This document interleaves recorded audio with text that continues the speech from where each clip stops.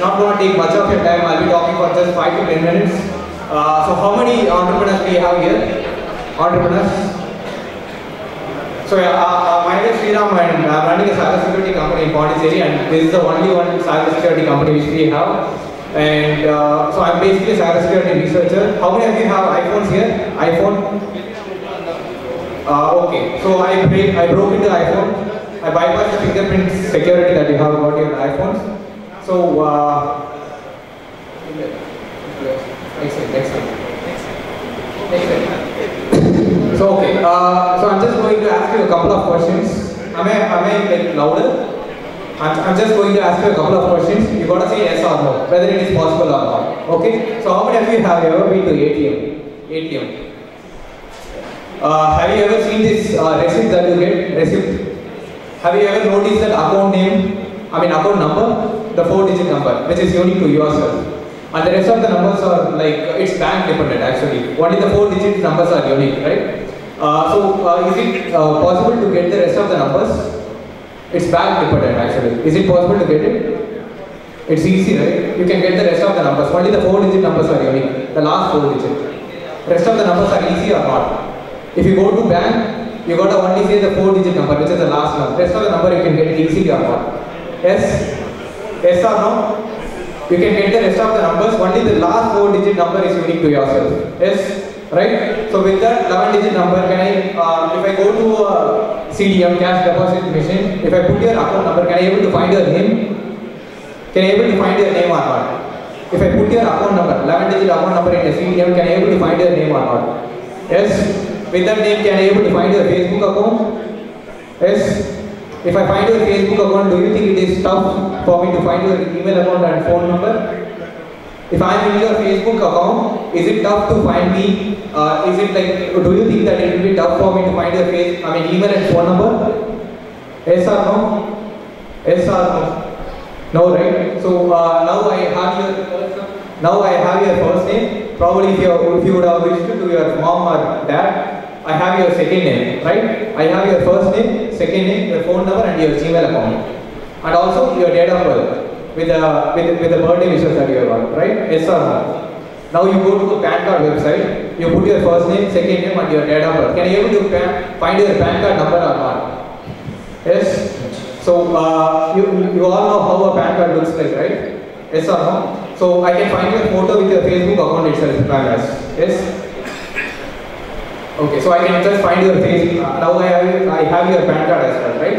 It's just a random number, right? So what I will do is that I have your PAN card number, and I know how a PAN card looks like. I'll just replace your PAN card over there, PAN card number, and I'll take a Xerox of it. Have you ever noticed your face in your Xerox?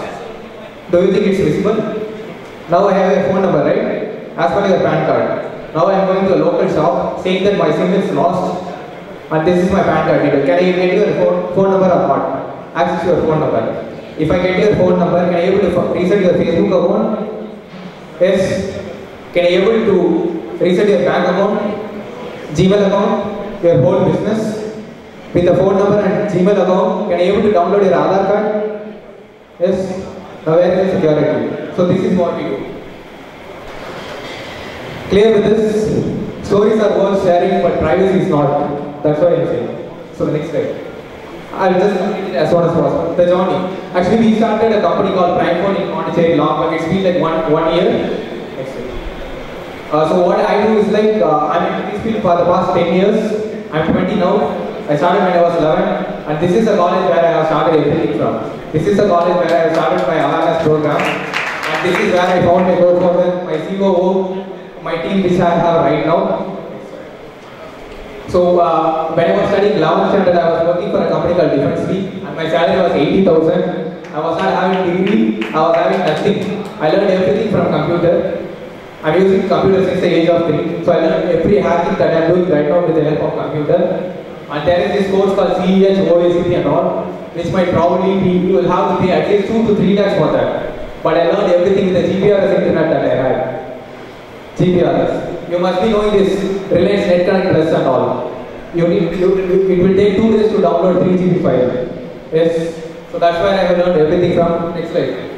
So the legal procession. Actually, when we had an idea of starting a company, we only know that we will have to register it as a company. That's pretty much I know. I did not have any other information. So what I did is, there is an online company through which you can register your company. So what I did is, we were done with the registration. We planned that we are going to start a cybersecurity company. Am I audible? Am I clear? Yes? Okay. So what we did was, after we had done with the registration, the website link was like this: www.example.com/a-random-digit-number. So I just tried to change the number and that's it. I got details of all the people who registered with their company. Okay, next slide. So they were our first client. That's how we made the first 1 million. They were our first client, and after that we broke into the server completely. We had access to everything. We had access to the email ID with while you do the registration and all, it will probably be giving your Aadhaar card, ID card, whatever it is. We had access to literally everything. We had everything that they need to run their company without them. So this was our first client. So marketing, we haven't done much in that. What we did basically was, after I broke into Apple, a lot of blogs were covering that, and that's what we have used as a marketing thing. And so since I'm in the field for the past 10 years, we brought all the hackers and we were discussing with them what are the problems that they have as a hacker and what is the place for them after Goa. So this was the best place for them. So actually we are planning for cybersecurity summit as well. So probably in Achariya actually. Next slide. So cybersecurity awareness. After I started, this cybersecurity and all, I was going to this college symposium and all. The one thing which I noticed was that most of the students were not aware about a thing called cybersecurity. For example, I would have been to at least like 40 to 50 colleges. I would have spoke to at least 30,000 students so far, without even charging anything from them. And I did it with my interest. I even requested a lot of colleges. They were like, you are just studying first year, how will you teach to fourth year guys?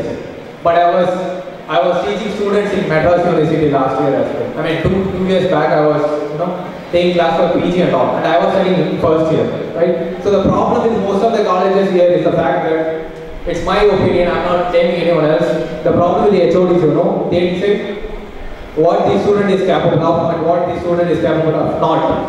You tell them that there is a symposium, they will say, okay, he is good for paper presentation, he is good for robotics. If you would have got with your HOD, that's it. You cannot go to any symposium. And then they will be talking about extracurricular activities, but they are more concentrated on the externals. Right? So after we started this awareness program and all, we been to almost like 50 colleges. Next slide. So this was the initiative that we have started. It's called PrimeFort, where we are conducting awareness program in various colleges for free of cost about cybersecurity. The next slide. And yeah, we have educated more than 25,000 plus students for free of cost. And now we have been to more than 50 plus institutions all over India. I mean, I have been to. Next slide. So yeah, now PrimeFort broke into all the Fortune 100 companies. You name anything, will be there. The only thing which we did was breaking into them. We were doing only what we were good at. That's it. We were not blaming anyone.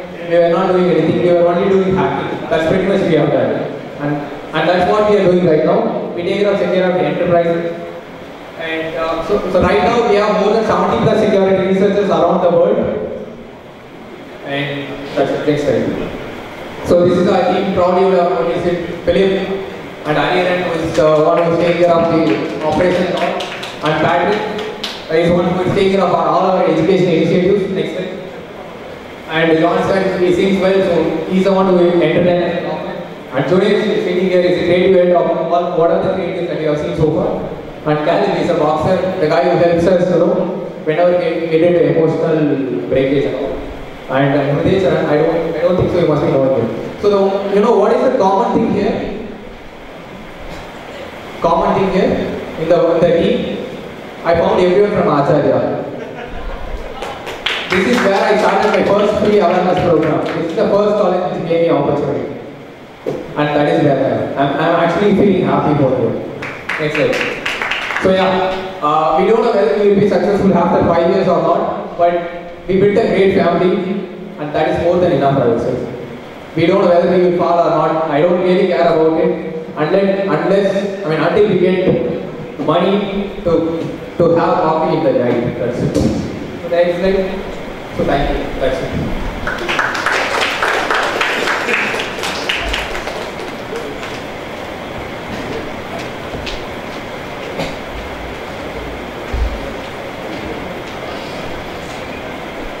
I invite Mr. Mohammed Tanvir Iqbal, founder of Sandwich Square, to felicitate Mr. Sriram.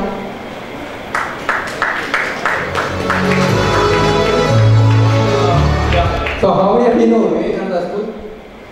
Vivekananda? That is a school which rejected me, saying that I scored very less mark in maths, so you cannot compete with our students who learn computer science. So I studied biology in another college. That's what I just want to say.